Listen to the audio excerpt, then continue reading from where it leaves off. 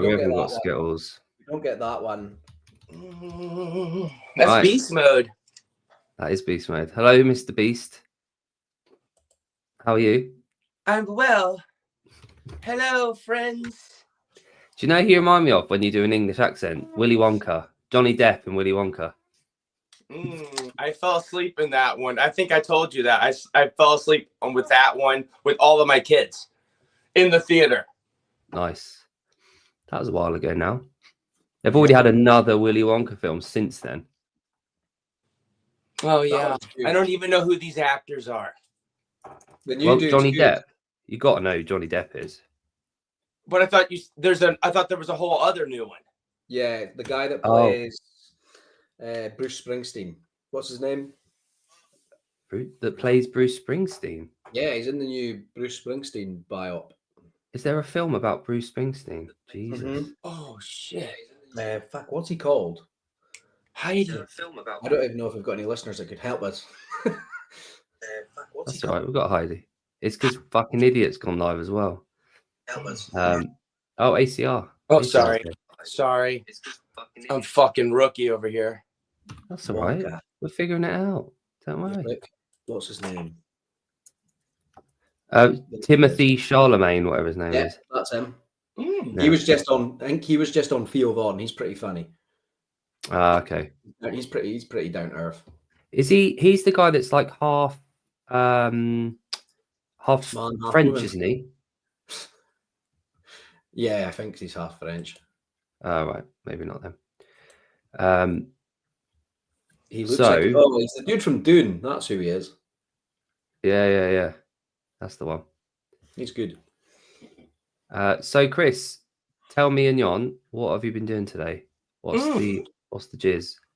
What's the jism? The jism. Let's see.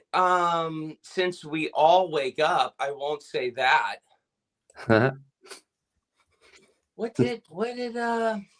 Today we did the CrossFit.com workout. Yes, that's one thing that I really do want to pick your brain about. I am loving it. That was 19.3, was it not? Say that one more time. That was 19.3, was it? Yes. Yeah, it was. That's before me, so that's all new to me. But it was a hell of a workout today. 200 feet of dumbbell lunging in the front rack. I did the intermediate. 50 kettlebell, 30-pound box step up, 20-inch, 50 kipping handstand push-ups with the fucking the mat, yes. And then finished with 200 feet of bear crawls. I was crushed and yet just so immensely happy with that workout. When you do main site, do you put your times up in the comment sections or anything? I'm all in now. Yeah. I'm gonna be that guy. I think I'm gonna be that guy and like do an emoji and shit like that. Good. So yeah, I was talking to Nathan about this the other day. About main site, him doing it. And can you see that? I can. There we go. Oh, I love to do that. So we talked to him, and me and Jon have spoken about this many times. Is how did you feel your, let's say you did it in an hour, so that's for time. What's the time cap on here? Is there one? 15 minutes. Is it 15? That's what I was looking at. Yeah, so 15 minutes or less. That's the goal. That's right. I saw that. That was the goal, was to hit it. I didn't think it said there was an exact time cap. No. Okay, but no, it does say 15 minutes or less. That's what I was aiming for. Yeah, well, it says the goal is to finish in 15 minutes or less. Yeah, it doesn't say a cap. My client went a little lighter than me, and he got 14:11. I got 15:36. Right. Do you know the weird thing about this workout? I don't remember doing it. I definitely did it, but I don't remember. Every other fucking open workout asked me where I was and what I did and blah, blah, blah. I'll know the answer. This one, I can't picture myself doing it. And don't you have like a really long streak of opens, right? Yeah, I've just signed up for my 13th. Quinceañera of CrossFit opens. 19 was the first year I'd done it, and it wasn't in an affiliate, and I just was one of those people that didn't sign up, but I just followed along the workouts. Yeah. 20 was my first year that I actually went to an affiliate, and they had 2 that year, didn't they? Yes, that was the spring, and then we did it again in the winter, didn't we? And funny enough, the one that was in November that year, I think it was October, November time, British athletes and Northern European athletes did a lot better that one than the ones that we have in February, March time. And I think it's because the climate is different for everyone else, the temperature and everything. It's a different cycle. So typically we would get massive over the Christmas break, eat loads, and then cut down over the summer, and then be in optimal shape for October time. If you follow main site, do you just program it? Yeah. So this is a great question. And again, we spoke to Nathan about. It couldn't have been a better question. Yeah, exactly. It's very, very specific and very good. Yeah, you do, and you can, and you should. And there's 3 different ways of doing main site. One is just on your own. No one looking over. You go on, you do it, and you're done. Second is that you would do it at the. Do you support this onesie? We're always going to say yes to that, right? Yeah, I support it. I got a little chubbed up just reading it. But so you've got someone overlooking you and doing main site, and I think hardly anyone does that anymore. Really, not many affiliates do main site or cap anymore. But when you've got someone overlooking you and seeing it and setting you a session plan for each of these workouts every day, you fill the whole hour, and it is enough. It should be enough. The intensity level's through the roof if you're doing this one properly. You don't need any more than 10 fucking minutes for this, 15 minutes. And this is where the reading and the understanding of truly of what intensity should be like for CrossFit, specifically for CrossFit. It would be the equivalent of going to a powerlifting meet and lifting 50%. You get 3 attempts at each lift, and you go well under your max for the sake of just doing the movements, and then going, can I have another go? No, you get 3 goes on each. That's your lot. Yeah. Clean and jerk and snatch, you get 3 goes at each. Right. If you underperform on one of them and you lift too light, that's what you've done. If you do a marathon in 7 hours, you go, can I go for another 2 miles and get it? No, you're done. And it's the same when at the gyms, when you've got like a for time and you've got a time cap, and people go, oh, I'm 10 reps away, I'll just finish off. No, you don't. Yeah. You stop there. There's a reason for that cap. And if you haven't been taught that, or at least discussed that before the session, it's on the coaches. The coaches should enforce that. So that's my thought on main site and filling this, even if it's a 15-minute workout.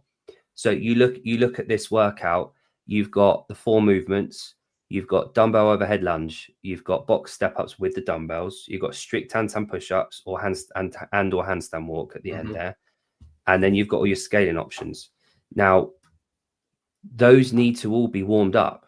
You've got intermediate now, and you've got beginner. You need to set yourself a decent enough warm up. Now, by the time you've done some active, dynamic movement ready for these things, you look at your areas of weakness, you warm up effectively. You don't particularly need much more than that, and you will fill the hour. And then at the end, kit putting away, cool down, you're done.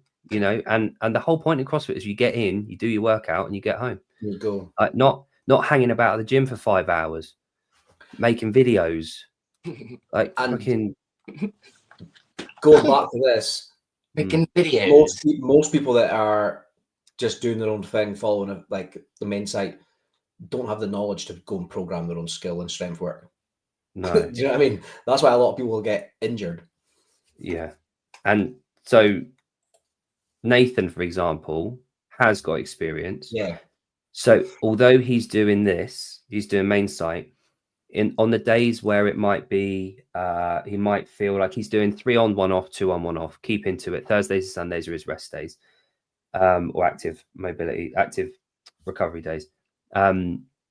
He's adding in a 5-3-1 on the Metcon days. Yeah, so if it's a 5K run, 5K row, he will add in a 5-3-1 squat, bench, or dead on top of that, because he knows how to do that and what days.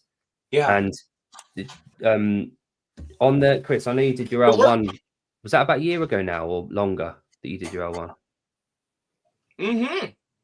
Yeah, December was 1 year. Cool. Okay. Yeah. And what I was going to say was, that was at Mayhem, wasn't it? So this is going to take a little while to load up. That However, was at Mayhem, wasn't it? Right. So, sorry. Yeah. Carry on talking. It's all right.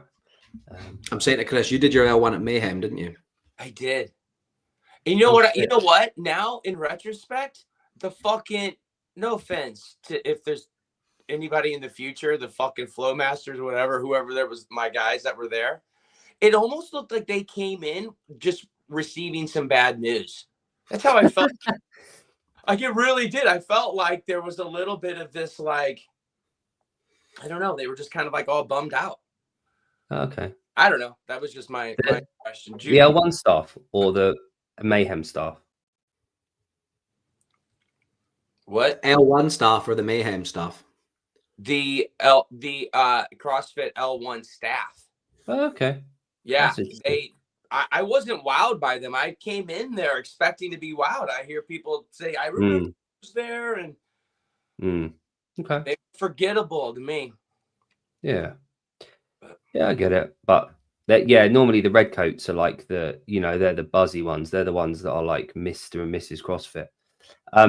Just a quick one on that then. So on the L2, you go through this whole programming piece. So the L1's obviously learning how to move and how to do the 9 fundamentals. The L2 is taking you through how to coach it, how to program a typical week, right? So you've got this as an example warm-up programming template. So warm up, then workout, warm up, workout. I won't go through it all, but this is the analysis sheet. So this is a sample program for a 9-day turnover. And then this is the sheet, the analysis workshop. So you put a 1 in there, right? So for each of these movements, you want to try and hit as many of these as you can in your training period. Now, this is the CrossFit way of doing things. And here we go. Class structure and lesson planning, intro, warm up, workout, post workout. There's an absolute blueprint guideline that CrossFit have spelled out since day dot about how to program if you want to program your own stuff. And it's all free in the L2, which is downloadable on the website that you can do. And I've got it over there printed out over there. With the kids one and the L1, it's easy to do. So you don't actually have to have done your L2 or L1 to be able to get that knowledge. It's all there. And the thing is, if you follow main site for long enough, which you have been doing for a little while now, you will get everything ticked. You will do enough if you're eating properly as well. Yeah. Anyway, it's a really cool, because I was introduced to CrossFit through online programming. Then I went into an affiliate to Shadow as an apprentice. I think I did that for 60 to 90 days, somewhere in there. Cool. And then my tennis season got going. And then back to online, into now just following.com and bringing the fucking intensity for that workout. Yeah. Self warmed up. I haven't that piece there was amazing. I'm going to dig into that. But here's the other thing I found. It also offers me time at the end to fucking coach, like the mental toughness stuff, the pacing. Where did you go? Well, what went wrong?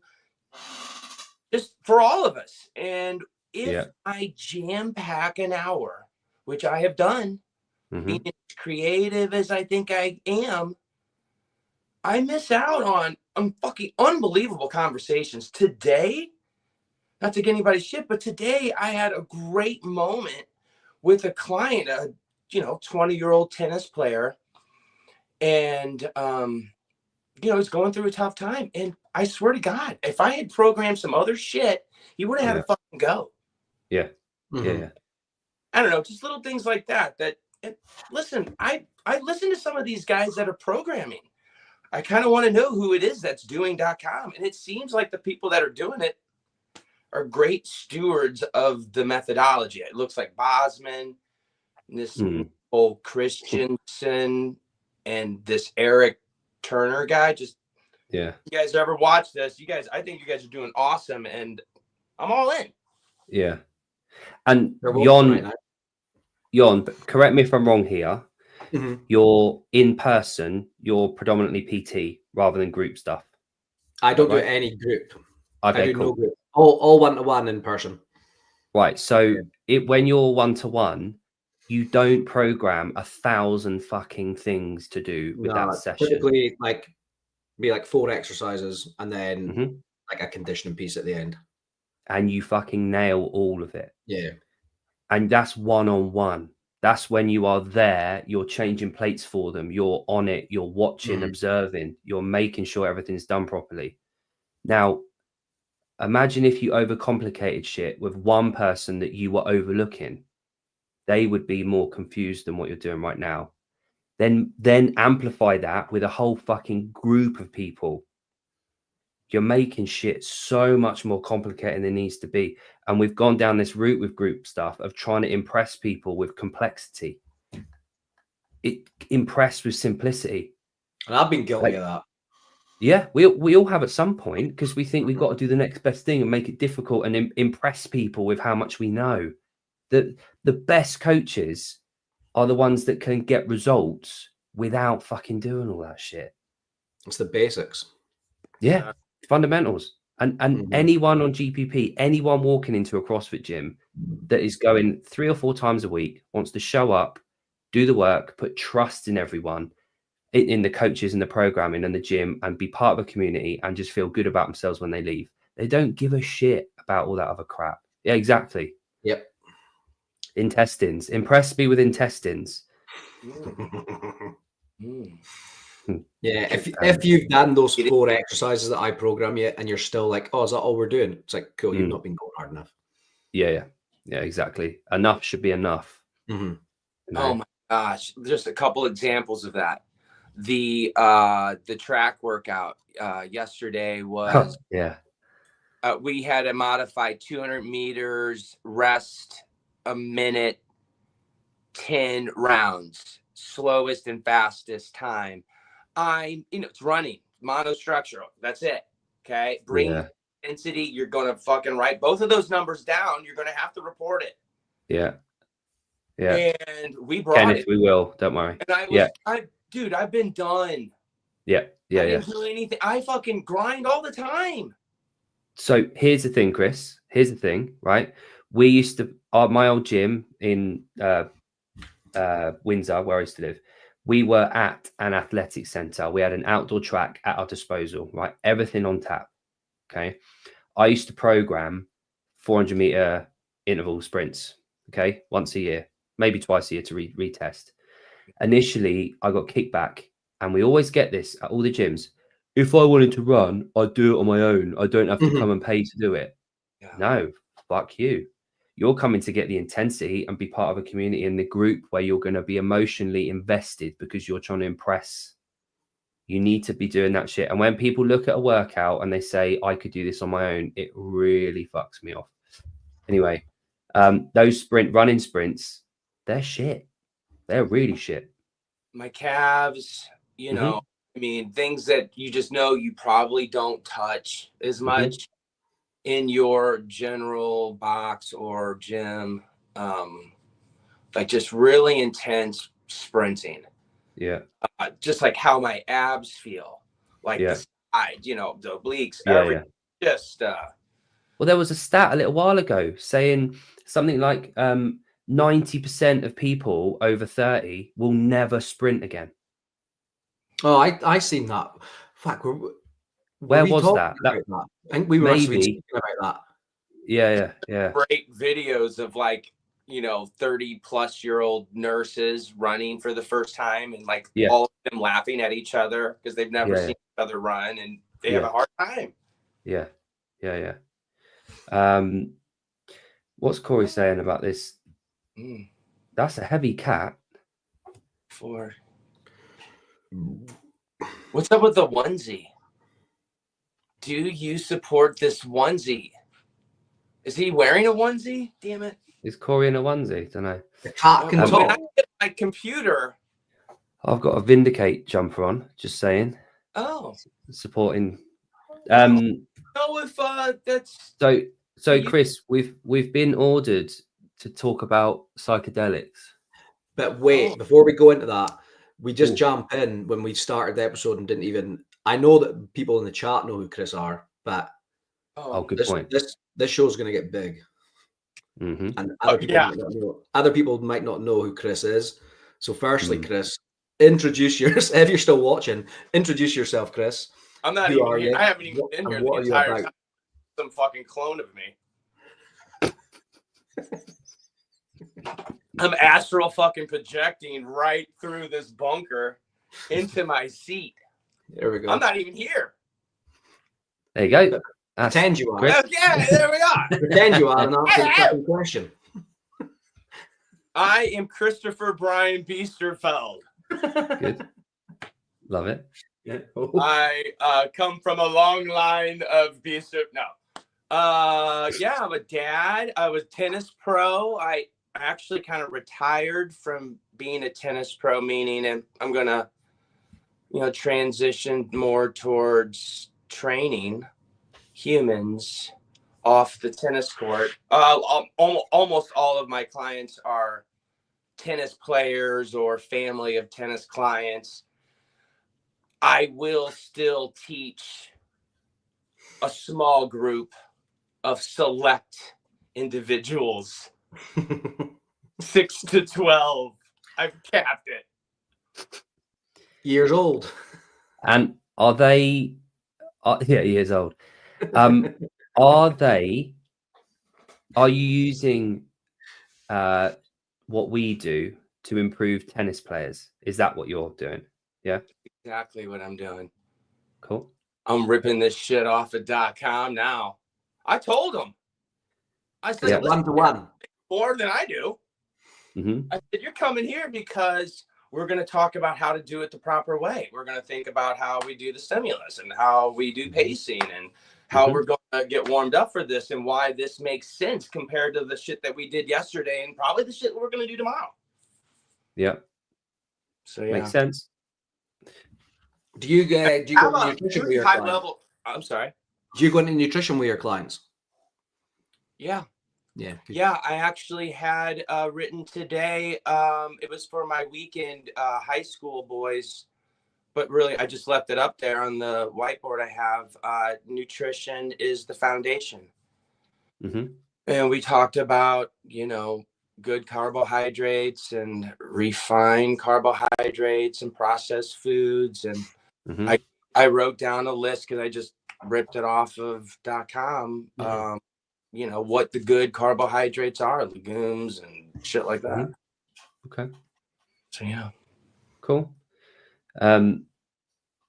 What's the reception been so far? It's been amazing. I mean, it's been really good. I don't know, maybe it's just because I'm also so excited. Like when I'm waking up in the morning and there's this sort of mystery or this unknown aspect to this amount of work I'm going to do. I've signed to do. I'm volunteering to do it. I want to do it. Yeah. And man, that's been really freaking exciting. So I'm sure that's probably wearing off on them. I've just a lot of good vibes. I mean, the boys, Summit, who's I think 11, and his dad 45. You know, we got done off the track and the sun was coming up. And the kid's going off to school and the dad's getting ready to fucking, you know, go to war with fucking IT all over the world or something. And I know these guys feel like fucking warriors. Yeah. Feel like that. And so do you normally, were you historically training in the mornings? What time do you wake up normally? Do you sleep at all? I go to bed really early. Like if I tell people how early, I don't really even tell people how early I go to bed. Okay. I feel like just from years of being a tennis pro and maybe just having my eyes set on that sun a lot. Yeah. Like morning and sundown, I seem to really be in tune with the sun. And man, when that thing goes down, and if it's like 5, 6, I'm starting to feel it for real. Yeah. And it could just be my age as well, where I'm, you know, just naturally getting tired. But yeah. So I don't know if that could just be some bullshit too. Mm.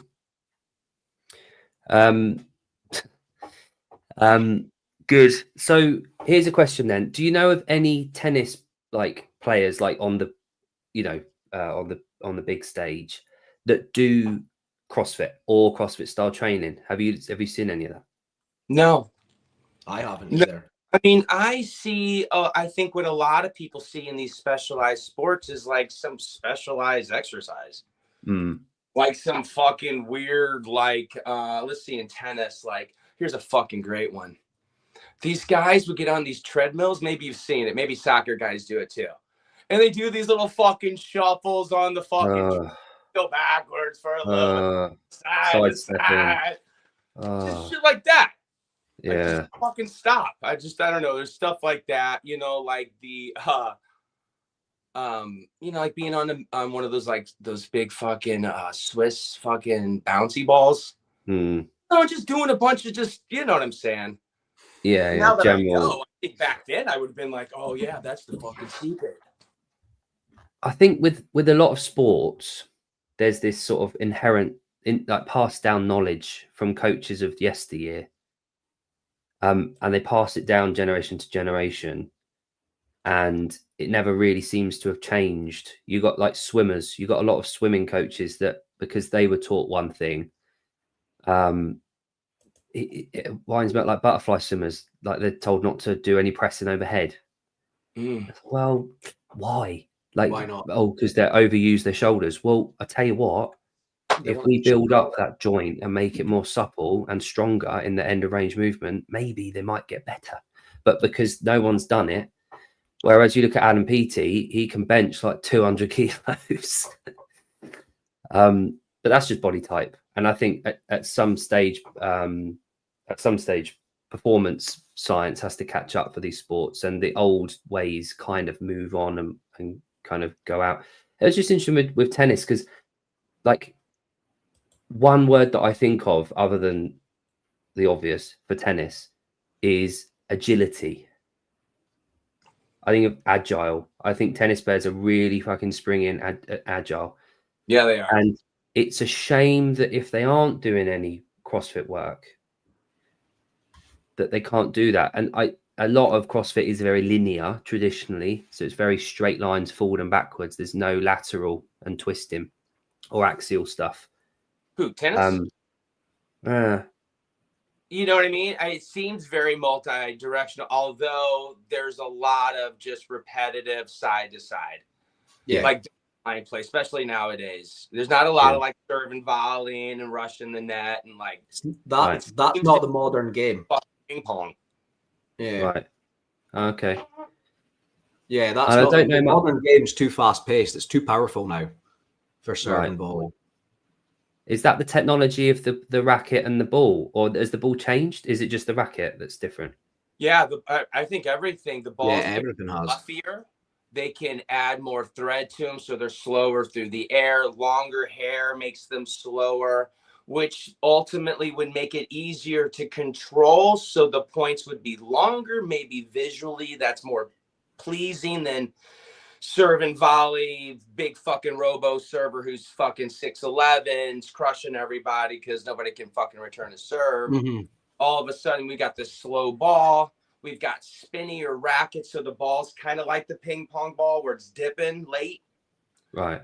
Where with the old strings, they were less rigid, and so there was more bounce off the string. So it was more of a linear sort of like bump. Right. But okay. There's so much action on the ball. Has the surface changed at all? So the playing surface. Every single surface can be completely different from year to year. Right. Okay. So just for instance, in America, we play traditionally hardcourt tennis. Yeah, you play hardcourt. Yeah, like just paint and sand inside of the paint. If you want to make it a slower, more appealing to watch game, like I think down in Miami, they used to do this a lot, like really heavy sand in the paint every year. Right. The balls would sit up higher. Guys were getting a better ball to get under. And so it was a little bit like fucking human ping pong. Bang, bang, bang. And in grass, so where you live, you grew up, right? Like in London, they have changed the seeds, I believe, in the grass. They have thrown in like bluegrass or something that makes it thicker or slower. And so now you've got guys like traditionally like clay court guys like Nadal wouldn't really be good on a fast surface because the ball would stay so low. They like to fucking get the clay high bounce and rip it. So fair enough. Fucking so you have to really be pretty multi-directional, pretty like flexy. You gotta fucking be pretty good with your weight. Like you just can't be too heavy when you're hitting and just playing that longer game. It's like for some of these guys, it's like a 2 hour you're sweating, you know, I mean, it's not like 175 beats per minute or anything, but you're probably like, I don't know, zone fucking. Yeah. Up, down. Yeah. Cool. Boring shit, dude. No, it's interesting. But I've got no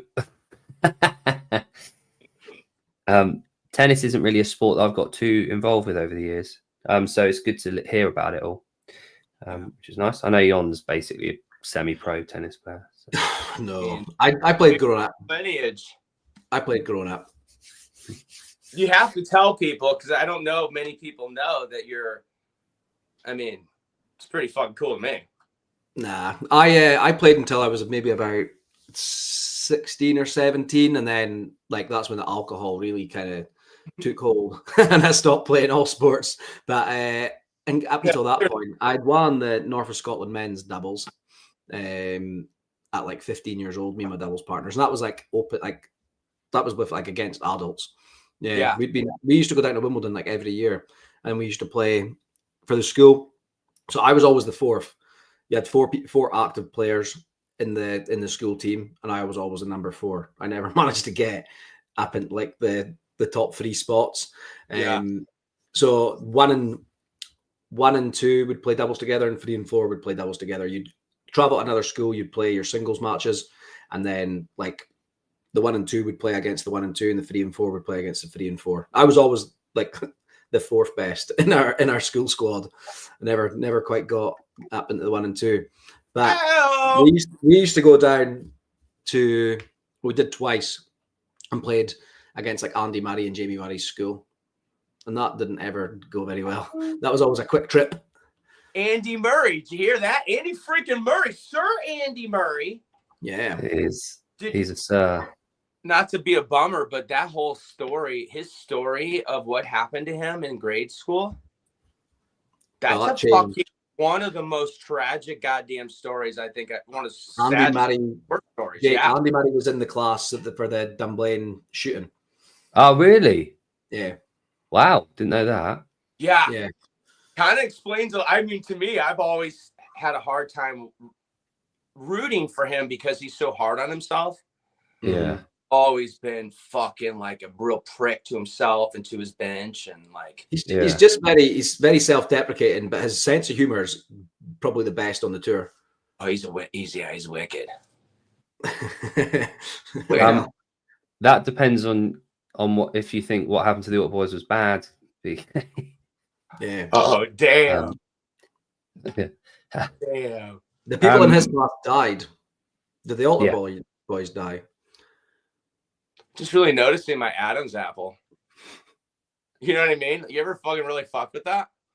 You don't want to. Maybe I'm transitioning. I don't have one. You don't want to bump it. You don't want to do anything to it.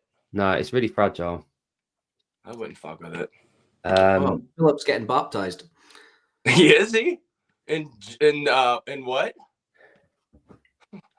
I'm assuming in holy water. Holy liquid. Goiter. So goiter, there's a few things that you don't really see anymore. All right. Goiter, I haven't seen since I was a kid. Right. Wait. And cleft palates.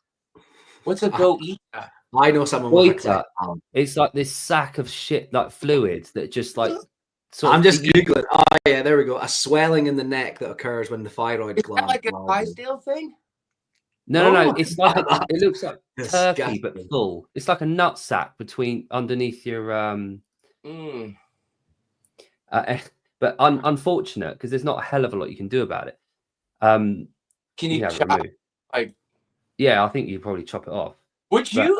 I guess you're not really into surgery. Like, you know, I'm not into. I wouldn't have any surgery done. But if you were to have some surgery done, what would I have? What would you think would be like the surgery? You could even see yourself being all right, like a fucking, I don't know, have your ears pinned back or some shit. Yeah, look at that. That's fucking mad. You know, in Jurassic Park, there's those ones that talk. The voice boxes go and they go. But the big guy's in the car and he's got the canister and they do anyway. Is that a real thing, PK? Pecker enlargement.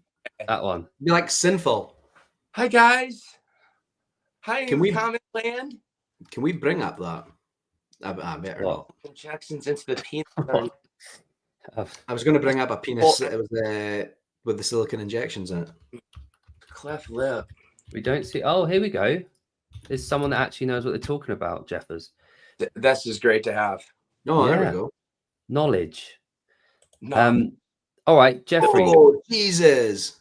I can't really show that, but what? A silicone have you got a knob? Penis. Oh God.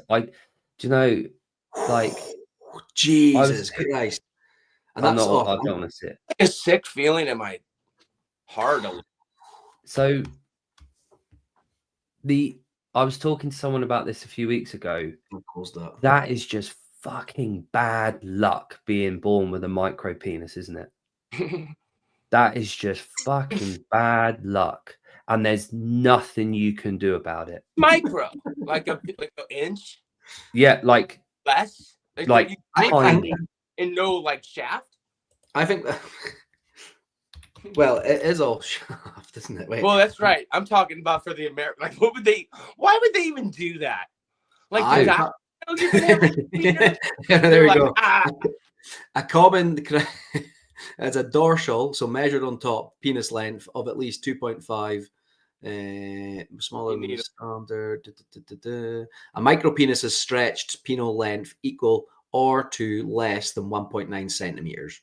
So 3/4 of an inch is a micro. Fuck. It would literally just sit on top of the sack. It's bad luck. Like a little worm on an apple. It's nothing. There's nothing you can do. And it's the only instance, right, in my head you think you that I can imagine wanting to just cut it all off and be a woman. Well, not a woman, it's but you know what I mean. By like you got a growth hormone deficiency as a child. So if you saw your kid with that, could you then inject growth hormone? You would probably know that they needed it. Yeah, it would be. Oh man, I feel so sorry. I don't even people find it funny. It's just like there's nothing you can do about it. But there it we just go, hormone destructors, yeah. Heartbreaking. Like quicker, like hey? if it's a flick, like a flicker, like a remember those little doors. It's basically a clitoris. Yeah, it's like an out button. Effectively. But so anyway, the thing, anyway, the thing that I never see anymore, when I was a kid, I used to see cleft palates all the time. Me too. Where did that I don't think I've seen one for the past 30 years. What's to fucking solve that one? But Birch said it was the iodine. No, I think that was the other thing. Oh, that's goiter. Goiter. Yeah, I don't know if surgery's got better. So, like, obviously, it's a gap, isn't it? And the cleft in the palate at the top going through to the nose. So it must be upon like birth, the surgeries that are there. Oh, they fixed them at birth. There you go. See? Yeah, it is. Right. Intelligence in the chat. But yeah, never see it anymore. It's great. It's just, one of those things. I agree. That's a tough one. Yeah. That's a tough one. A penis, a cleft lip. That's a tough one to come from. Melted. Yeah. If I see like some melted people, like when I was a kid, I saw a couple melted, like they got burnt. Oh, cleft palate isn't from inbreeding. It's to do with like smoking, drinking alcohol, being obese, folic acid, like all those things. Oh yeah. I read so many pregnancy books when Haley was pregnant. That was a weird one, wasn't it? Not for you, like for everyone. Like the dad. Did you have those like, what if? Like when it comes out, what if this? Mm. And then that kind of feeling of you've got, here's a healthy baby boy or whatever, and you're like, okay, it's all right. Everything. I had that on the extreme because Adam was born 3 months early. Yeah. You know, Chris, you've got like 6 kids, have you not? I do, yeah. Was it the same every time? As in when they're born, not how did you make them? Yeah, how did you do that? Completely fear. It was completely fear driven. I was talking to my wife, Betsy, the other night, and just because, we're at a different stage in our life, and it feels like in a lot of ways, I've known her for a good number of these stages because I've met her when I was 15. Wow. When you were 15. So Betsy's been with you like through it all. Pretty much, yeah. I mean, I had a moment where I left for the military. I got married. I my extremely wild period of my life, but I also had 2 amazing kids out of it. Like every time it was just, I've been blessed a lot. So yeah, I have lots of kids. So were you married before Betsy? Yeah, I married a woman named Justine, super awesome. We're friends, great. Our families are friends, but she was on the boat with me in the Navy. We were on one of the first naval boats that I think we were the second naval boat that had a co-ed kind of love boat kind of like, situation. So it was great. You think that led to any problems for you? No, it was awesome. You imagine being on a Navy ship for like 6 months just with dudes. If you were single, say that. I think that was normally what everybody's experience was, and I just was not my. Yeah, I had a friend that was in the merchant navy, and he used to go on like away for like 6 months, and him and his like best mate, that was his roommate, they ended up beating the shit out of each other and got like in the cells of the boat because you're just in such a confined space with people. It's just tempers run high, don't they? Yeah, my son went in as well into the Navy, and he was on a small, like, I'm going to fuck up the name. It was like a frigate or something. It was like a small combat ship or some shit. Mm-hmm. Fucking put all these dudes on Adderall. They were like prescribing fucking stuff, I guess, to the military guys. We never had that. Like, nobody was prescribing anything to us back then. We got lots of shots, but nothing prescribed. And all these guys were fucking out at sea for a long time, and then they fucking stopped getting their Adderall. I don't even know what fucking Adderall is. I know it's like fucking amphetamine. You get fucking amped up. Yeah. But can you imagine a bunch of dudes It'll have, if you're ADHD, it'll actually like focus you and calm you down. If you don't, then it fucking my son, he got like fucking hacked on it. You know, he was like on it, and then they didn't have it. They were wherever they were, they couldn't get it or whatever, and the whole shit, like they went crazy. And my son really, I mean, he's a go-getter and stuff like that, but he's definitely, you know, him and I were pretty similar, like just silly and just laughing about everything. And I think he has a lot of that, but it's just, I think that whole episode was tough on him. Okay. That's interesting. And your daughters, how many? So what split have you got? You got obviously got one boy there that you just mentioned. 4 girls, 2 boys. Wow. Okay. Yeah. Brittany, Bailey, Justin, Maya, Grace, Ava. Is that the order? She's the weightlifter. Yeah, she's our high performance athlete that's currently living in our house. Oh, she's living back at home. She's back at home. She's doing some interns. She's getting her master's. Like, she's getting this program. Her university's closing down. It's been around for like freaking 100 years, but through COVID or whatever, they're closing down. And so she got into some sort of accelerated like master's program, nutrition. She's just all into it. We were kind of joking last night that she might be, it could be a joke, but she might be one of the strongest vegan females in the world. She's 100% vegan. She's a type 1 diabetic, and she's putting up some unbelievable Olympic weightlifting numbers for someone that just started and has an insane schedule. Like, so yeah. One day I want to ask her, so I don't want to ask you loads of questions about her. Right. But what was the reason for going vegan? Well, she was diagnosed with type 1, and when she was maybe 11 or 12, she was a really, really good gymnast. Like, we were talking about her and maybe her sister, maybe they were going to go to like Houston and maybe train with some of the Olympic gymnasts kind of things. They were on a track like that. And it seemed like my girls just kept getting injured. They could learn a bunch of skills really quickly, but their bodies were never really getting the sort of like joint health or, I don't know, just repetition they need. They just kept getting a bunch of skills. You know, it's kind of like jumping into CrossFit too soon and trying to fucking do everything too fast. And yeah, no, we know guys like that. Eat up. Yeah, it's just like there's a reason it takes time. You know, like you need time. Yeah.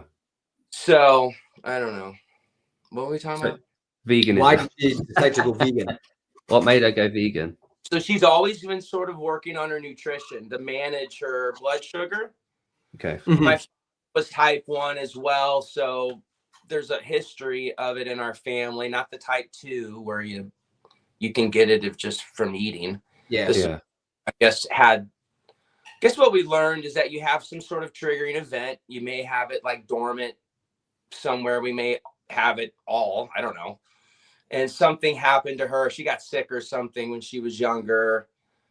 And ultimately, so since then, she's been sort of working on, she kind of like rebelled. She had some doctors that were just like, hey, just take extra insulin. Just be a fucking regular human and just fucking congest as much fucking carbs as possible. Who gives a fuck? Yeah. We'll just give you more insulin and your blood sugars will be fine. And that was the kind of shit we were having to fucking go with. And she was having to like, you know, you're also going through hormones as a girl, and that's with your blood sugar, and she's a fucking high level athlete. And then she started getting some injuries. But why veganism? Retire from gymnastics ultimately. But why veganism? She tried keto. Right. She was really into keto for herself. She had some I think she would be way better at explaining the inner workings of it. We'll ask her. She definitely. Yeah. The only reason I ask is obviously like being type 1, I would have thought veganism would incur more carbohydrate rather than everything. A bit interesting to ask her. Only carbohydrates. Yeah, that's the thing. Yeah. She eats insanely healthy, I would say. You know, like, you know that there's vegans that, you know, dirty vegan or whatever, but when she's here and she's staying here, our house is filled with just vegetables and shit for smoothies. And I mean, this kid seems to really get it. I'm insanely impressed by my kids, but also just a lot of kids in general. I know some kids get a ton of like hate.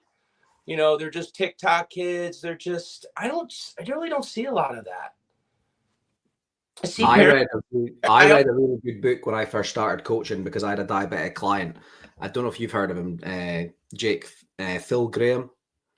And it's called The Diabetic Muscle and Fitness Guide. It's like he's a type 1 diabetic. He grew up type 1 and then he got into, like, he was a pro bodybuilder.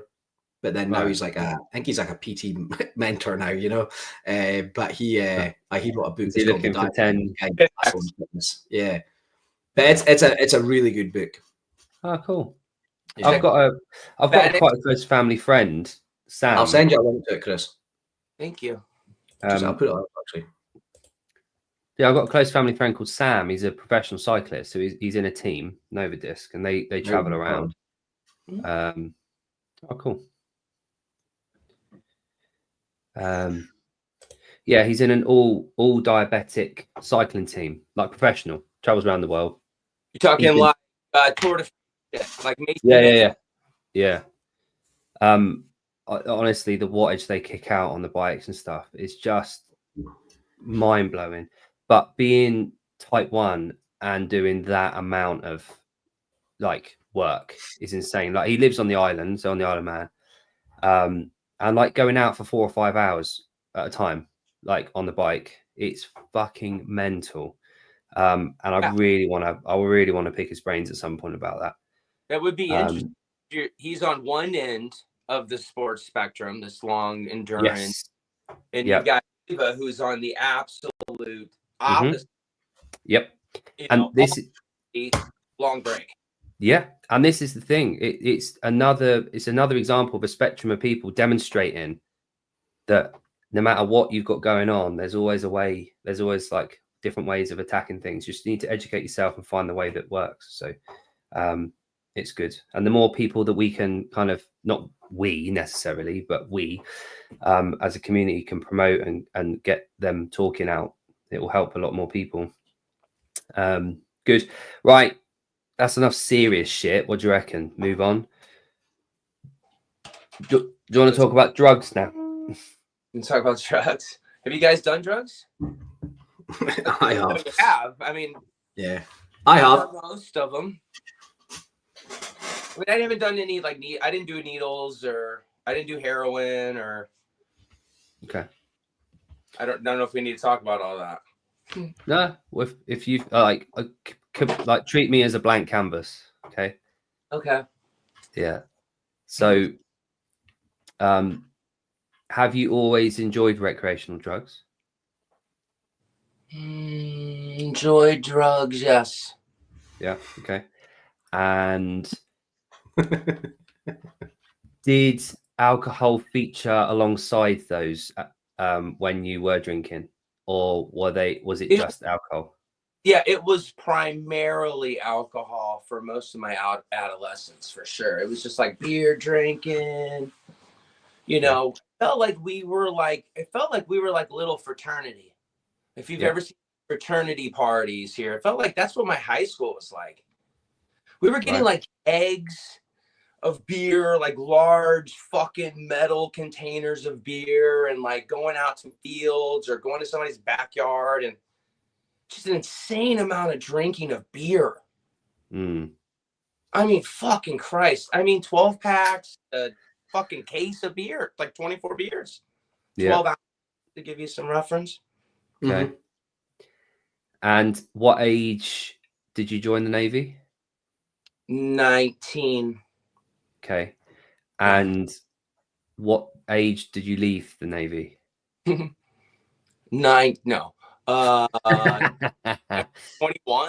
22. Okay. So you were in it for a couple of years. Yeah. 2 or 3 years. Okay. And when you left the Navy, were you drinking when you left the Navy? Oh yeah. Okay. Yeah. That's when you were like deep in it, was it not? Oh hell yeah. Okay. I was the first time I'd always been getting in trouble. Like when I was a kid, I was always getting like arrested for driving, or like it was no surprise to me I was getting into trouble as I was getting older. It was just I always had. And it was like everybody else was drinking. I just seemed to always be the fucking one that was the most fucked up. Yeah. Every time. I didn't remember my friends being drunk. No. Okay. Just and what led to you going sober? I had so many bumps and like scrapes and like, you know, police had been called on me a number of times for being loud in the house. I wouldn't come home some nights. I'd hang out with my friends too late. Okay, so just general sort of trouble. I was like Andy. I was just always getting in trouble. Right. Okay. And this is this pre first wife or post first wife? Post. This is post. Yeah. So you've got children at this point. Like that was all just like 9 months. Something. It was just crazy. It was just like the whole thing. 2 kids out of 9 months. I don't know how that all happened. Good going. Okay. So you went sober from alcohol. Yeah, I was about 30. I was 30. Okay. I just November 18, 2002. Right. And obviously you remember the date because it's quite important for you. Yeah. Oh yeah. At what point then did you? It's the worst. I hate it for me. And at what point then, after then, did you decide that you would use other types of recreational drugs? I was very cautious of anything that might lead you back down that path. Yeah, I mean anything. Flu shot, I'm not even taking it. Vaccines, I'm not taking it. I'm not going to the doctor. I'm not taking pills. I'm not doing prescriptions. I'm not doing anything. And I did that for about 20 years. Okay. And my wife had started using CBD and THC tinctures. And I had the fucking worst back pain from like 25 years old until, man, I don't know, like mid 40s, late 40s, like bad. Like couple weeks I'd be out, middle of nowhere, just bam on my knees, like a lightning bolt hit me. And I would fucking just like do everything I could in my mind to just fucking live the right way. I didn't want to be in pain. I didn't want to fucking relapse. I went to shit ton of meetings. I was like, probably how I am now, like with the things that I do, I'm just all in. I sponsored like probably, I think at one time I had like, I don't know, 12, 13 guys I was sponsoring. They were calling me every night, or, you know, we're trying to have like that kind of relationship with these guys that were having a hard time. And my wife had made some recommendations about using the cream, the CBD cream for my back. And I don't know, placebo, whatever, but man, I'm telling you, I was getting relief from it immediately. Right. And I was cautious. I didn't know much about CBD. I didn't know the difference between CBD and THC or any of it. And I just found out that it was the non-psychoactive form of cannabis. And we have cannabis receptors apparently in our body. And so for whatever reason, I really responded well to it. And that was sort of the start of it. And it was like that led me to working out more consistently. I always sort of had, dad bod a little bit at some point, just tennis, and you think you're sweating a lot and you think you're in great shape. You're not really in great shape. Right. And so what happened? We went on a trip to California, the land of fucking green. Every corner there's fucking billboards and signs. And she had given me an edible, and it was like, I don't know, man. Like for 20 years, I was holding on tight, yeah. And just what I needed. At the time, I needed to be tight. My kids were they were growing up. I needed to be disciplined. I needed to be fucking sharp. A different stage of my life. My parents had died. My grandparents had died. I found I never really had great relationships with, anyone really other than my family, my wife. And I started to have such deeper relationships with them, like never before. And it was pretty obvious. It did something for me that was, I don't know, it just unlocked something. It allowed me to express myself. And so ever since then, I don't use it to get high. I rarely get high. It's more of, I was trying to, I don't know how to describe it, but it's more of just like how I kind of live spiritually. Right. I was telling somebody, I said, like, I never really had any sort of like feminine, like love. And I was just like super rough on the inside, just like. Do you mean received feminine love or within you? Right. I never really received it. I didn't really understand it. I always kind of rejected it. I always just assumed it was like, I don't know, like there's sarcasm or something. I just never assumed it was love. Yeah. And I don't know, and I think that something like cannabis in a way sort of just softened me up a little bit. It just allowed me to, I don't know, see a little bit different. I started to explore things I hadn't explored, which is, kind of what led me to CrossFit and some of my other odd interests of, alternative, information. Yeah. And, yeah, it's really, it's been helpful for me, like physically, like recovery, like just on my body, how my body feels.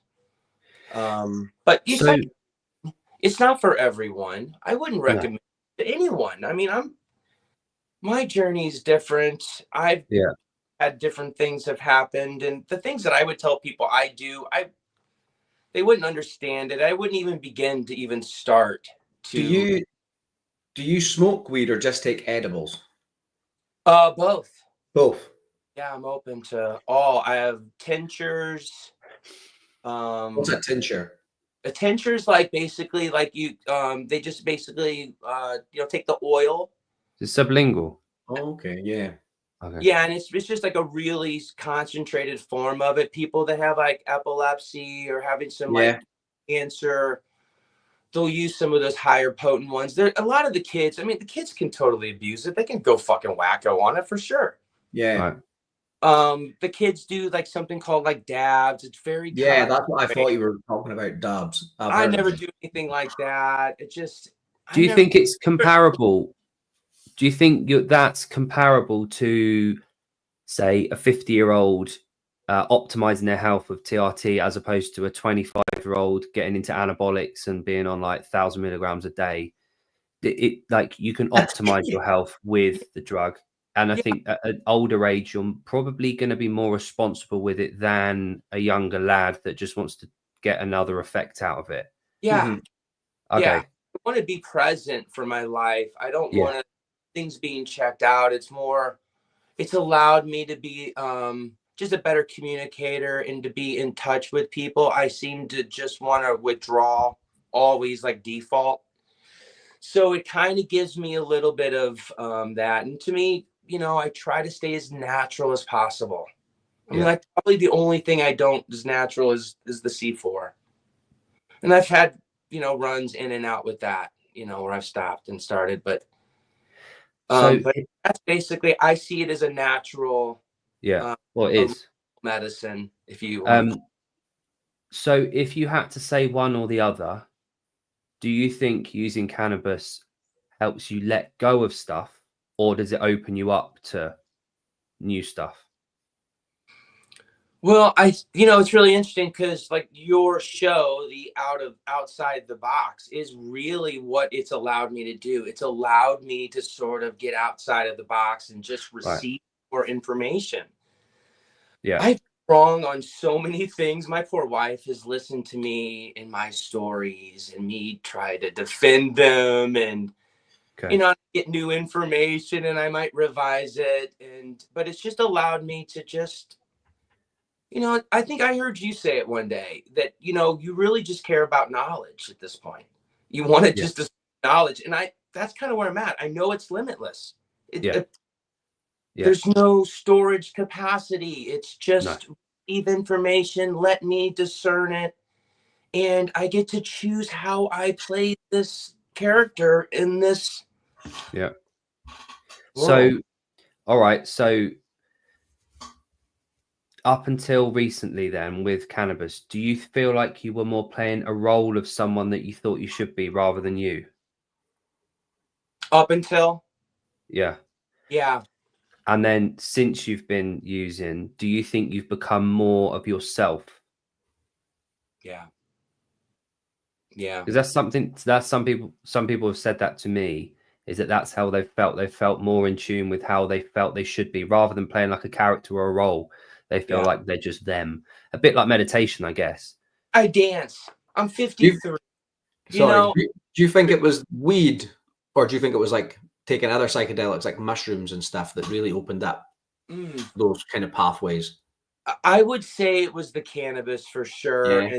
And that was probably like, it opened my eyes that, oh, I'm not going to turn into a crack addict.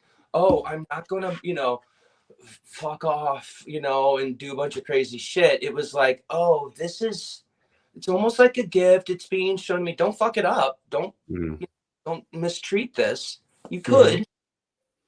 But it's allowed me to have like great like I said, I never had great relationships. You guys, we've been friends, I think, almost 2 years. Yeah. You know. Yeah, probably more now. Good. I mean, fuck. Yeah. That's the kind of stuff that you wouldn't know me. You wouldn't know me. I wouldn't be here. No. You know, just be locked in, all like into whatever the fuck I was in. You know, that's how I got into tennis. I just didn't do anything else for about 10 years. Right. I'm up. So would you say you're an addict? Oh yeah. Okay. Yeah. For like so many things. Do you think not just just like I love more. Your interest. I love more. I'm addicted to more. I love more. I've also matured though. Like I've also learned how to. I also know that I have those tendencies, that I'll probably always have those tendencies. However, I never want to drink again. Yeah, but a lot of drinking at all. A lot of people that quit alcohol struggle with that shit. I don't struggle with anything. I was going to say a lot of people that quit alcohol put their like that addictive behavior just elsewhere. I mean, I've gone down crazy rabbit holes with alcohol too, and I mean, for me, it felt like I was possessed, and I could see why people would say that. If they were like, you know, it's demon water, the way I acted, the way I treated people, that wasn't me. No. Didn't feel like anyone that I ever wanted to be. Yeah. Here's the thing that, like, we've been talking about this for a little while, just between us lot, is about like the glory days of CrossFit and the good old days of CrossFit and the early days and all that kind of shit. And I think what's more apparent is that the early days, let's call them early days, they were full of addicts that were finding their next addiction. Yeah. They were in and they were going hard, and they found that thing that would floor them and it would free their head. And they were in a group of people.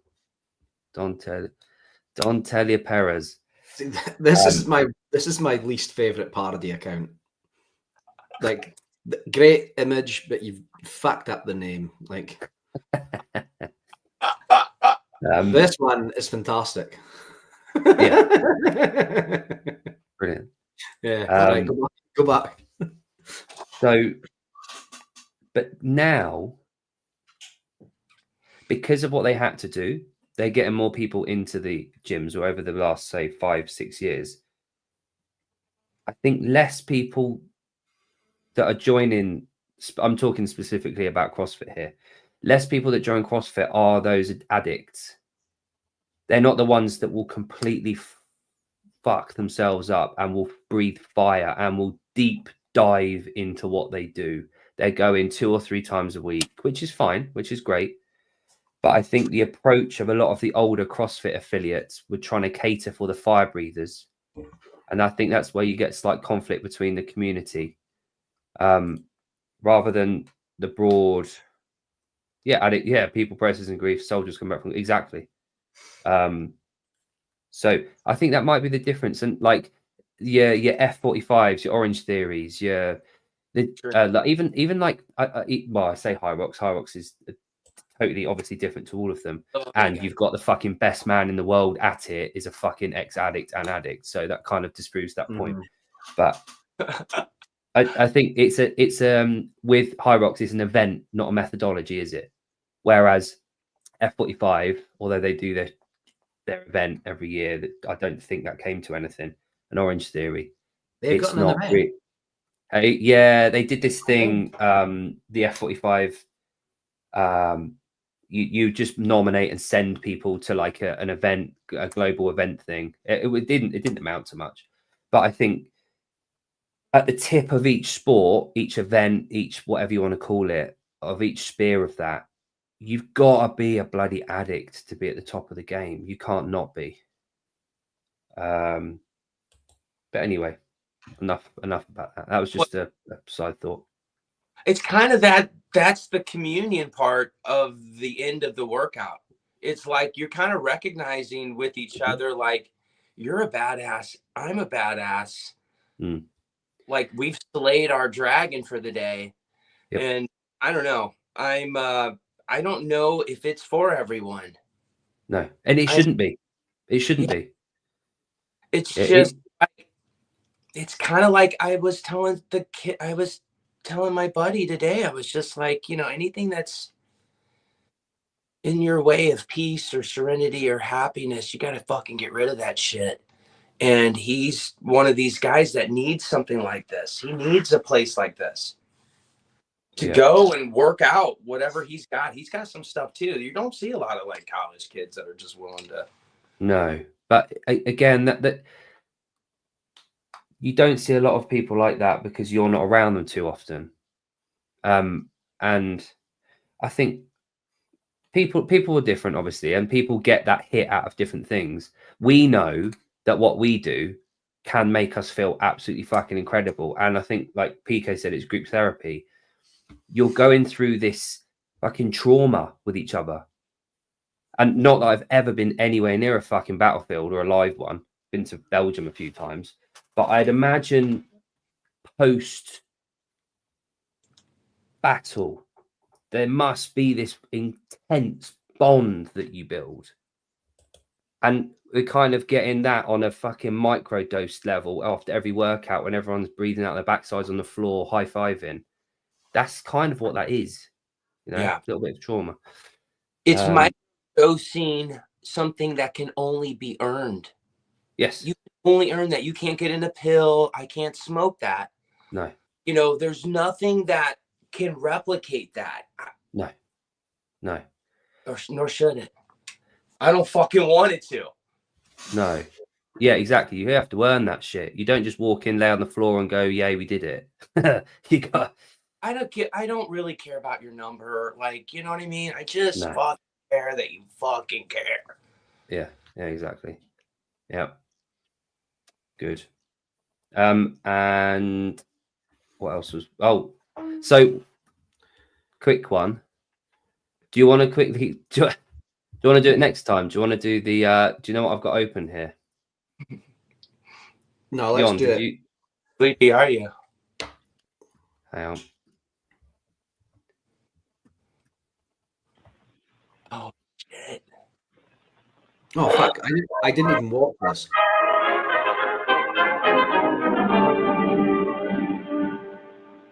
On the spot, National Film Board's up-to-the-minute report on what's going on somewhere in Canada. Hang on. This week and every week, NFB camera crews are on the spot where the 6. It's a gymnasium operated by one Krasniski. Look at that sign. It's awesome. Here we go. The lads are here.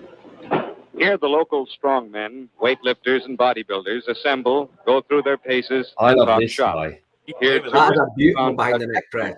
However, there is something unusual about him. He is known as the strongest man in the world. Front rack lunges at the back there. Domino's price rise. Now 8. Fuck you, Domino's. Fucking Domino's. Hello. For £10.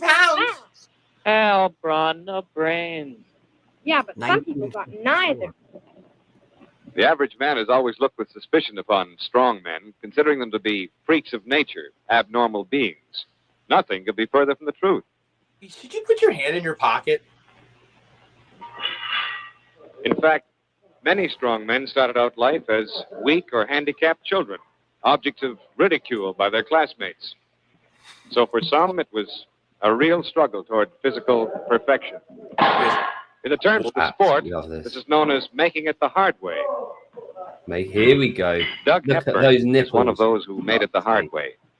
Although that weight he's lifting now is about 550 pounds, down below, his underdeveloped right leg is a reminder of his early school days when other kids made fun of his deficiency. This fucking Forrest Gump. Perhaps Here we that is go. why he Wait. rarely... Here Roy, we would go. you care to show Fed here the various muscle groups? Okay, we'll start from the top. Is that fucking Hunter? First, there are the pectoral he's muscles of the chest. It's Hunter McIntyre, isn't it? Next, the trapezius muscles Yeah. behind the neck. He's doing The TRT. deltoid muscles of the shoulders. The bicep Smile. muscles on I top love of the this. arms. In 54, do you think The they wouldn't tricep have muscles year there? on the back of the arms. Anabolics were not like Russia might have had The them, but rhomboidus muscles Yeah. of the upper back.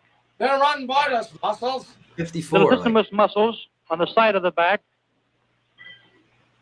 The abdominals, muscles of the stomach. he just looks like Dan Bailey. Vastus muscles of the thighs. Look at this. And the calf muscles. Oh, they had anabolics then. Okay. Wow. Look at those feet. Feet. Oh, I Yeah, see that's what you good. mean. This is great, isn't it? He's well, gonna fucking let's change try to the lift subject. it off the floor.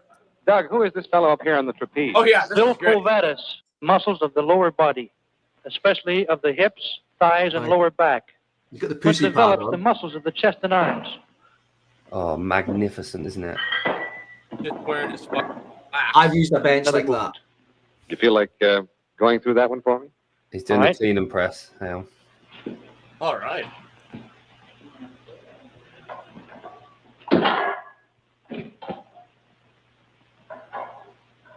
Head through. Great. Oh, Man, Yeah. that's another accomplishment. Is that... And the chain is returned to the strong man. So he's playing chess He now. places it around his chest, joins the two last links together. So yeah, He's a strong but sophisticated man. Hell of a shit. how good is that? That's ace. And Chris, how the fuck did you find that? I don't know. A movie came on in the middle of the night called Blacksification. It was like What? in 1976. Like Whoa, hang on. Wait. there was one called like Coombs or something. It was crazy. It was like just I wasn't feeling well like a couple weeks ago, and it was just I think that popped in there. Amazing. Blaxification. Blaxification. I think that's what it What was that about? Yeah. X. Hmm? I don't know. I don't know. Blaxification. I don't even know. Let's talk flat Earth. Yes. You want to talk flat Earth?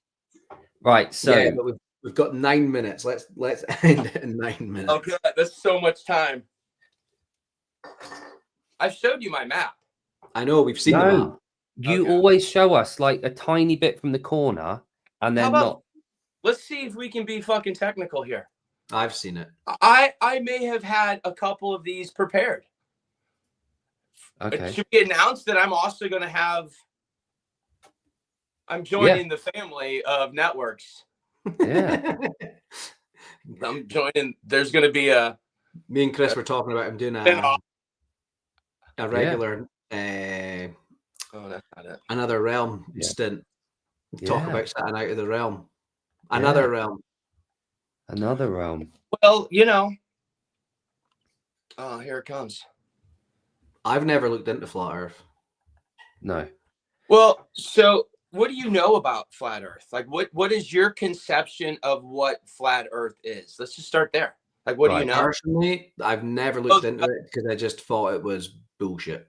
But I've never looked into it. So my first thing is that there's a reality-based flat Earth theory, and then there's the philosophical flat earther that questions information that we've received because of ulterior motives and is constantly looking for explanation and doubts the information that we've had. So there's the philosophy of flat Earth, and then there's the actual, I believe that the Earth could actually be flat physically. Right. So there's two distinct things from what I understand. It was a rap. Was there not a rapper that tried to do like a GoFundMe to like prove the Earth was flat?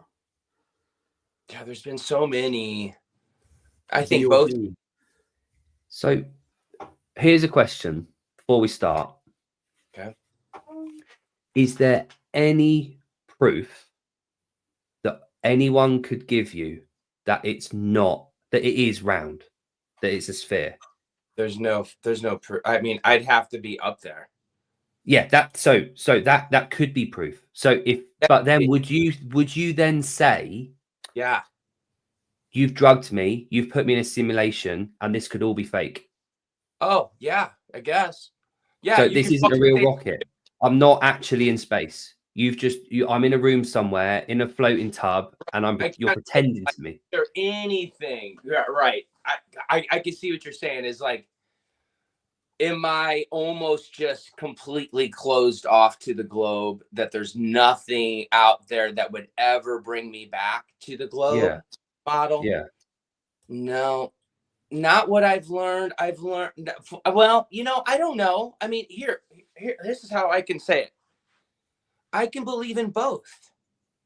And what I mean by that is that I can see a place where it feels like we're on a flat plane. And I can also see that there's more than meets the eye, and this thing could be a fucking egg. It could be a ball. It could be floating around in the dark. I mean, so I can see that. Like, there's this matrix part of me that sort of feels like I'm zapped into this suit. And I'm here and I'm playing the game, and then I'll zap off to another suit. I don't know. Yeah.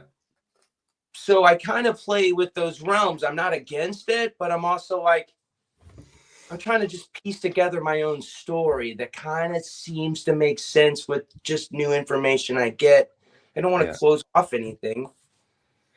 But so some of it is. Is it fun? Is it exciting for you to explore this? Does it ever corner you and you feel you're trapped because of how you feel about it? No, it's been the exact opposite. Okay. It's been really freeing. it feels like I was separate before. I feel like now if I'm thinking of a third dimension sort of reality, and I'm just using my perception, it feels like I'm on something that's not moving. Right. It seems like the things up here are moving. Right. And I'm stationary. And so based on that, it's made me feel closer to a creator, a designer, an architect, than distant from the sun, distant from the other planets, and just aimlessly going through the cosmos. Right. Maybe it's not, but you know what I mean? Just, there seems to be a closer relationship to whatever that is in my head, the grand consciousness or whatever. So play a thought experiment quickly. Let's say you could prove that it was completely pointless. We are drifting through space. You could prove it. Say you could. Just we're completely no point. Totally irrelevant. Would that scare you? I don't know if I would be scared. I would feel sad. Sad. Okay. So you'd Sad. feel sad that there's no objective. Yeah. There's no purpose to it. You know, like, what was the point? Like, you know, it's kind of like I used to feel like that. Okay. And maybe I'll feel like that again. Yeah. But now it feels like it's more enjoyable. It's more realistic.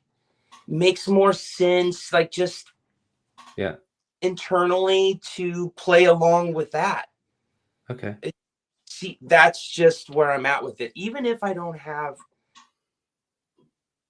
even if I can't like articulate all of the things I learned, which is really hard. You know, I mean, you're talking to some people that are like Jeffrey, they're very smart people. You know, I don't have all of that information. A lot of this stuff, gut and how it kind of resonates. No one is no one's intelligent enough to give an answer because we haven't got an answer. No. There is no answer. There is no truth. Turn off for us, right? It's like when you hear them. Yeah, there is no truth. It's completely unprovable, and it will forever be, and that's the end of that.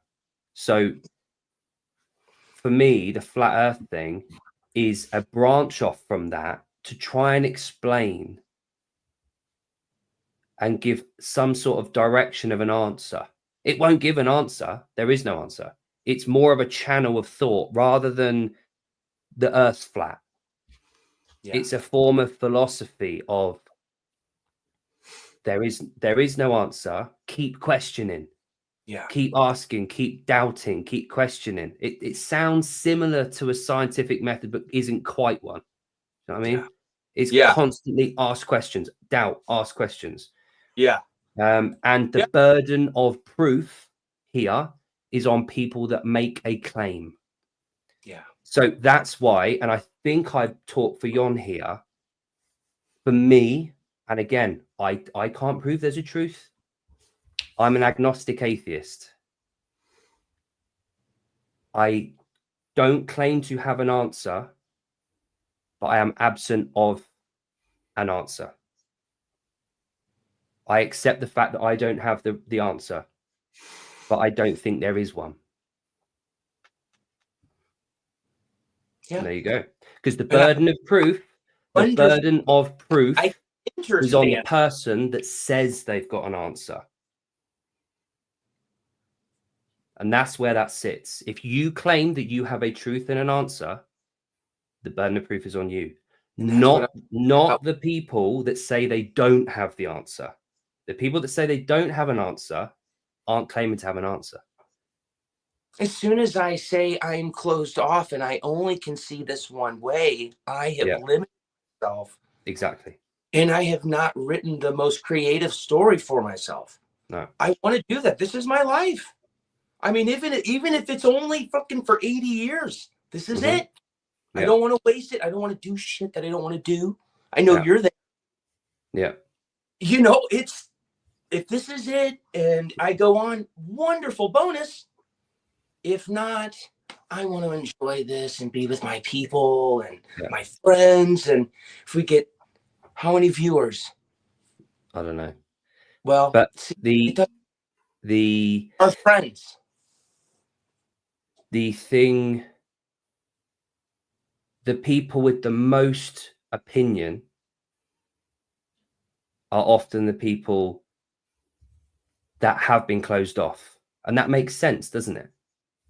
The people that have closed off, they have to, i.e. faith, whether that's faith in Islam, in any particular religion, in the fact that the adamant atheists that believe that is that, they are the people that have the most amount to say, and they're the ones that are most closed off. Now, your position, although I don't share it, it's very appealing because it sounds very open-ended. There is no answer.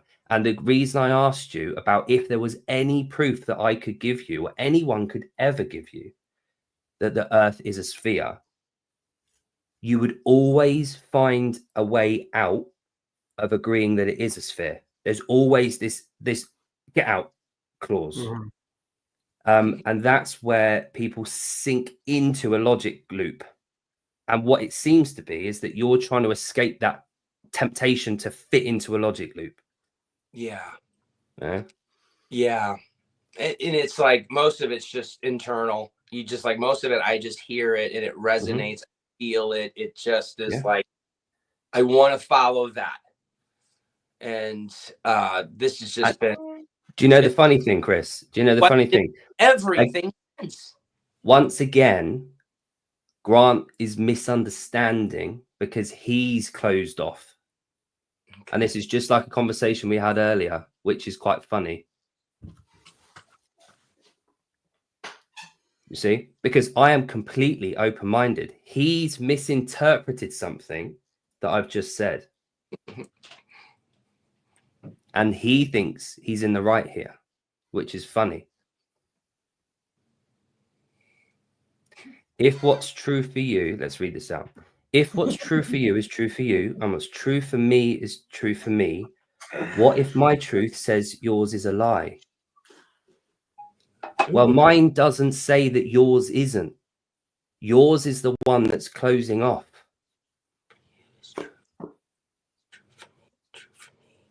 What if my truth says yours is a lie? That's what we're talking about. Yeah. Do you see what I mean? Yeah. Yeah. Just don't say it's a lie. No, exactly. Just for all I know, Christianity could be true. Yeah. It could be true. I'm very open to the idea. And the thing is, I've got all the materials at my disposal still as well. Okay, but I don't see the evidence for it, and I don't believe it. Just like Islam, just like the Norse religions, just like every other religion that's been and gone. Okay, but I'm open. I'm very much open. And that's what makes me an agnostic atheist, because I don't have the answer. I don't claim to have the answer, but I don't see any evidence for there to be a truth. I've said multiple times, I would love to have faith, but I don't have it. I'm kind of the same ilk as you, but I don't know if there is.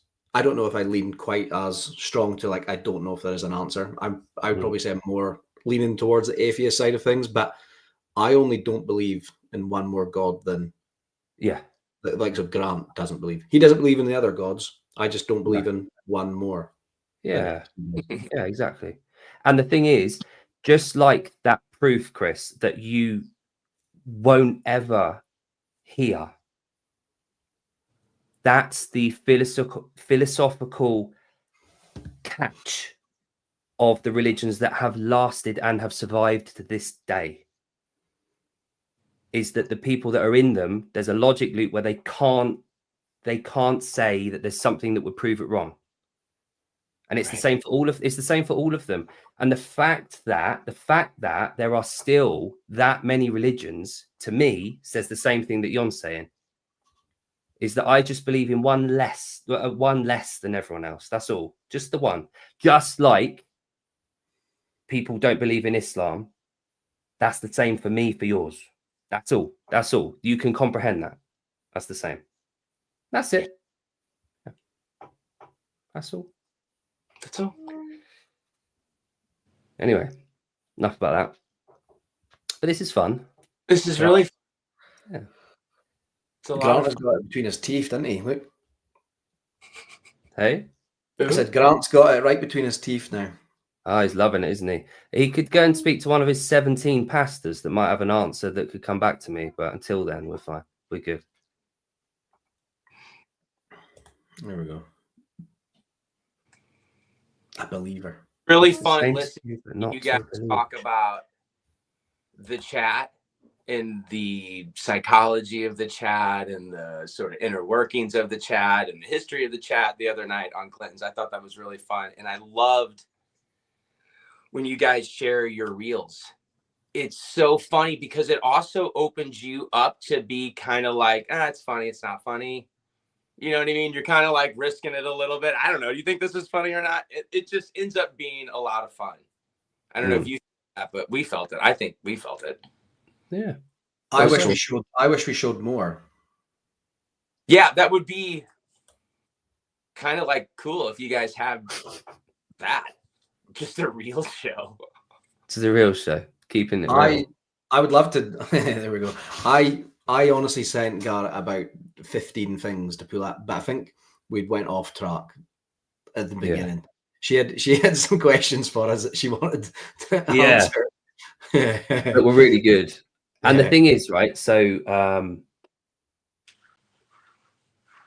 take that one down. Do you want to spend your whole life arguing, debating, and being closed off from discussion? Or do you want to get past that button of heads, accept that people think differently to you, allow them that choice to think, but not preach at them about it all the fucking time? Yeah, I don't care that if anyone is a true believer. Like I don't care. No, it's so important to people. That's awesome. If it gives you direction, you know, there's days where you might be utterly fucked mentally. You're gone, completely pointless. If that for you drags you out of that hole, then fucking crack on. I've got no problem. It's no like problem. A lot of stuff Chris sends me. It goes. It's some of it's too out there for me. But I take it, I watch it, and I listen to it, and sometimes I just like it. You know, I just give him a little like because I don't know how to respond. You're the only one. The fucking only one. But it's interesting, you know. Yeah. And if that's what makes, you know, Chris's life, you know, more content and like gets enjoyment from that, it's not hurting anybody. No, exactly. You know, if he's having fun, because I know he is having fun when he's sending it, because we get videos along with him as well. And it's like, yeah, it's fucking, that's cool. For me, it's a lot like your sexuality. Yeah. It's great, but don't try and put it in me, all right? Unless I ask you. You were speaking the other night about lying with your legs up, getting drilled. Yeah, exactly. We all want that. Oh, speaking of which, ACR's in the chat. Good. Well, I think we've got loads to talk about next time. I agree. I know. I said I wanted to keep this to an hour. I know you did, didn't you? I'm so sorry. It's all right. Thank you for watching. Thanks for coming. You like my bookshelf? I made a comment in the chat earlier that did anyone notice that the bed's gone? Yeah, it has. Yeah. I fucking had to take that shitty thing to the tip yesterday. The kip? The what do you call it? Garbage. The recycling center. The dump. Yeah. The dump. Trash yeah, yard. A dump. Yeah. Yeah. There we go. It's a good comment here. Aren't time zones evidence of a spherical globe? That's what they want you to think, Trish. You could have just cut something off. The mattress smelled of diesel. Good. In the bag. Lovely. Right. What were you doing there to the windowsill? It's a mystery bag for next week. Oh. Is it? Yeah, every week you fucking join, you have a chance to win something from the fucking. Every week I'm gonna have something for you and me. If you get picked, you get, and I'm not creepy, so just give me the address. It's fine. You've got my address. It's you. Perfect. Can we end this with you climbing out the window? Yeah, can we? I was speaking to a client of mine tonight about you, and I said the first podcast I watched with you on it, you climbed out the window midway through the stream. I just painted it today. Did you? I literally tried to get the paint off my hands. Here. You know what I use lotion for? Masturbating. Paint off my hands. Oh, lotion. I don't wear lotion for anything else. It's so what's lotion? You need it to get paint off. What's lotion? Lotion? Like hand lotion? Define lotion. Yeah, is that like a soap? Is it a cream, hand cream? Like hand cream, or like, you know, if your fucking hands are dry. Or yeah, and that'll get paint off. It's got like petroleum shit in it. Yeah, we used to use petroleum white jelly. spirit. Yeah. Yeah. Well, anyhow, that's why I won't go out it, because I just painted it. But you know me, I would. Okay. Next time. You guys, you give Grant a hard time. You guys used to fucking do that with me. You'd have me do those challenges. That wasn't a hard time. That was a fun time. 50-pound front rack Mason had me do. Yeah. To hold it for like a minute or something. Yeah, that was the sprinting ones were my favorite. No, those were good. Wonder if we could I'll be find honest. I want more dancing. I haven't seen any fucking dancing videos for a long time. You know, I need. I think I did like your idea of just my intro should always just have a little dance in it. Yeah. You know? Yeah, okay. Yeah. Here. There we go. Just a little something. You know, I mean, nobody wants to see that much. I mean, I hope. You know, even me, I'm like, I love watching myself dance. Believe me, I always have. I just think it's funny. I don't get embarrassed by it, because I just know it's just how I move. And there's no embarrassment needed. We're just jealous. A little, maybe sometimes if I see something that just looks like, what the fuck did I do? Like, what the fuck was that from? But normally I can't dance, so I'm always impressed when you're dancing. Well, and I kind of learned that too. Some people don't dance or don't like to dance, and they like seeing people dance. And so it's like, I don't know. Yeah. I like to dance. Good. Keep going. Yeah. Why don't you do 5 medicine ball cleans? Yeah. Why? Chris is right. Why don't you?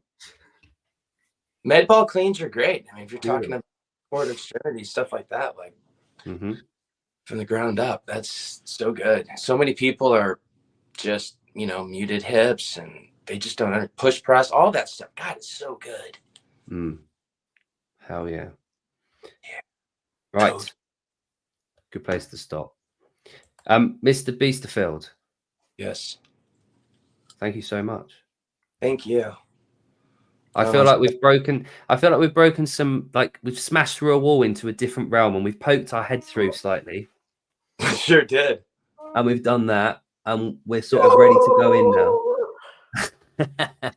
Oh, God. That thing we got that. Mommy. Can you do that, Chris? Oh, that's good. It's really good. What about that one? Oh, you're ruining your fam. I can do that as well. Oh. This is my brain. Oh, wow. You're like a walnut. I hope people have watched this far. Did you know I have the world's smallest tongue? Have you? Mm-hmm.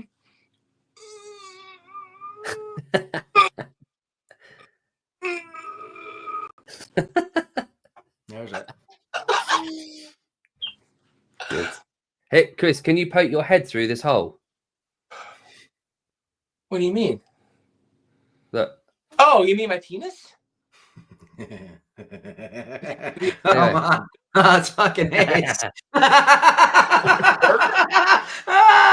I'm gonna go inside and do that. Yep. Oh, I fucking Right. love Homework that. assignment. Right, it's been That beautiful, actually Chris, just like you. made my day. I love you guys. Love you. Namaste.